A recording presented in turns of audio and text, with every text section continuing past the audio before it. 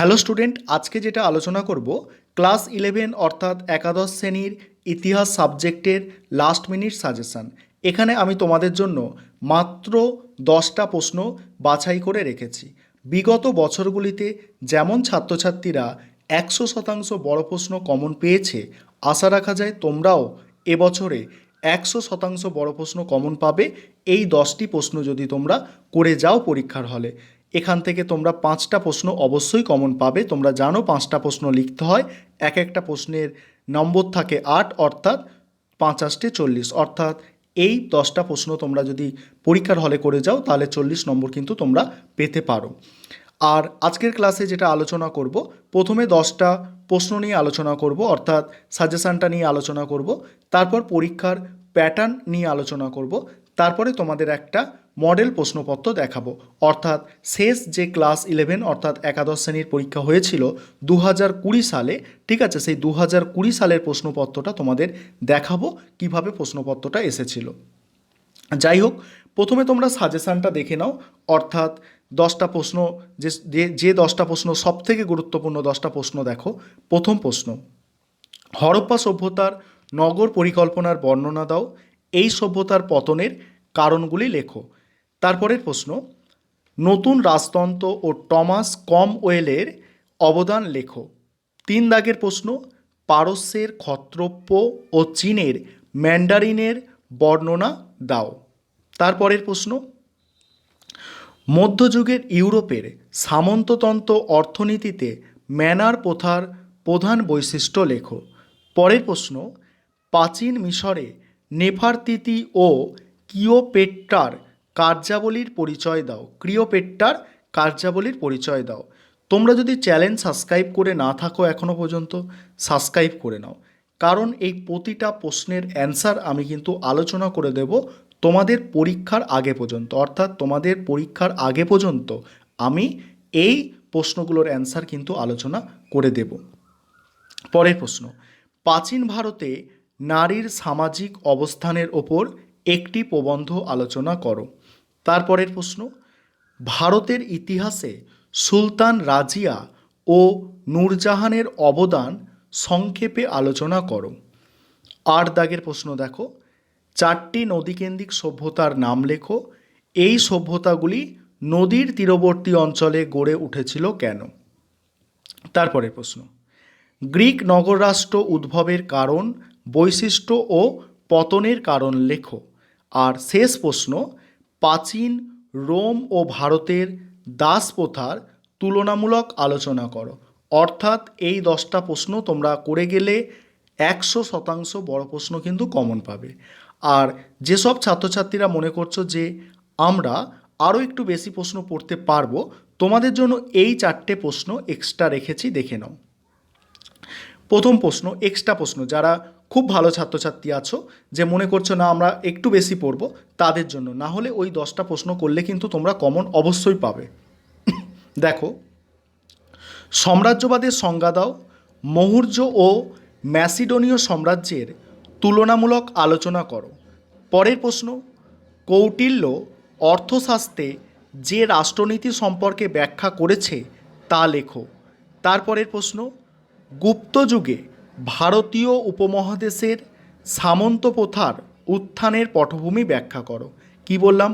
গুপ্ত যুগে ভারতীয় উপমহাদেশে সামন্ত প্রথার উত্থানের পটভূমি ব্যাখ্যা করো। পরের প্রশ্ন কি আছে দেখো, রাজপুত জাতির উৎপত্তি এবং ভারতের জাতীয় জীবনে তাদের অবদানের কথা উল্লেখ করো। এই ছিল আজকের সাজেশান। এবার তোমরা একটু সিলেবাসটা বুঝে নাও। তোমাদের প্রথম 6টা অধ্যায় কিন্তু পরীক্ষা হবে, তার মধ্যে 1 নম্বর অধ্যায় থেকে কেবলমাত্র ছোট প্রশ্ন থাকে, কোনো বড় প্রশ্ন থাকে না। আর 2 থেকে 6 নম্বর অধ্যায় পর্যন্ত বড় প্রশ্ন থাকে, ঠিক আছে?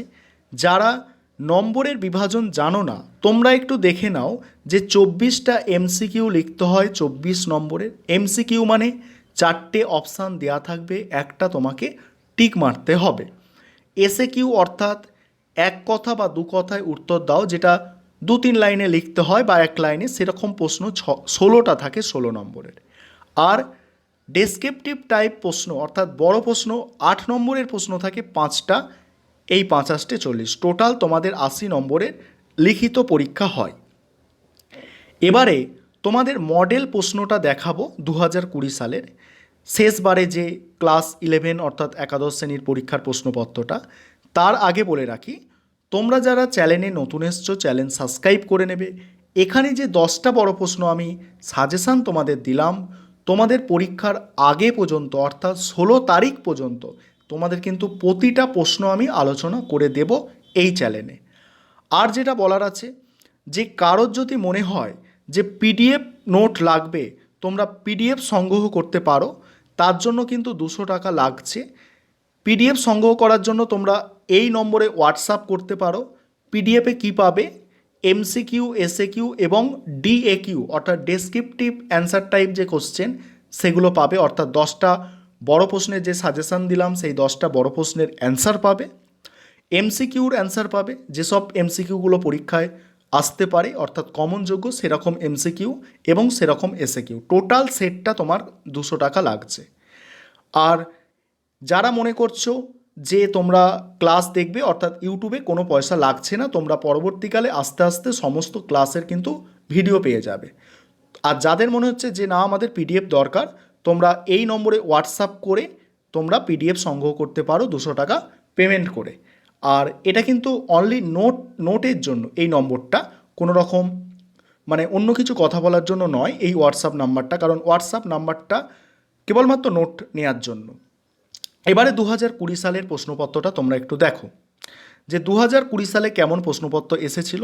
তোমাদের এরকম মডেলই প্রশ্নপত্র হবে। গ্রুপ এতে 24টা ছোট প্রশ্ন অর্থাৎ এমসিকিউ থাকে, টিক মারতে হয়। এখানে কিন্তু তোমাদের কোনো রকম অর দেয়া থাকে না, অর্থাৎ 24টা প্রশ্ন দেয়া থাকবে, 24টা প্রশ্নই কিন্তু করতে হবে।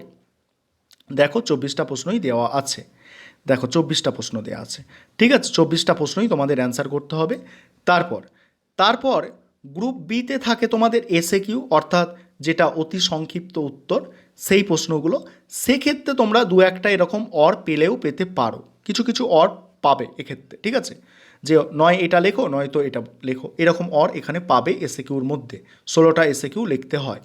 এবারে তোমাদের গ্রুপ সিতে 40 নম্বরের বড় প্রশ্ন থাকে, 5টা বড় প্রশ্ন লিখতে হয় 8 নম্বরে, সেক্ষেত্রেও তোমরা অর পেয়ে যাবে। আর এখানে যে সাজেশানটা আজকে দিলাম, এই যে 10টা প্রশ্ন, এই 10টা প্রশ্নের মধ্যে তোমরা অবশ্যই 100% কমন পাবে। আবারও বলছি, চ্যানেলটা সাবস্ক্রাইব করে রাখো। প্রত্যেকটা প্রশ্ন ধরে ধরে আলোচনা করে তোমাদের বুঝিয়ে দেওয়া হবে এই চ্যানেলে, ঠিক আছে, সেটাও আবার 16 তারিখের আগে অবধি।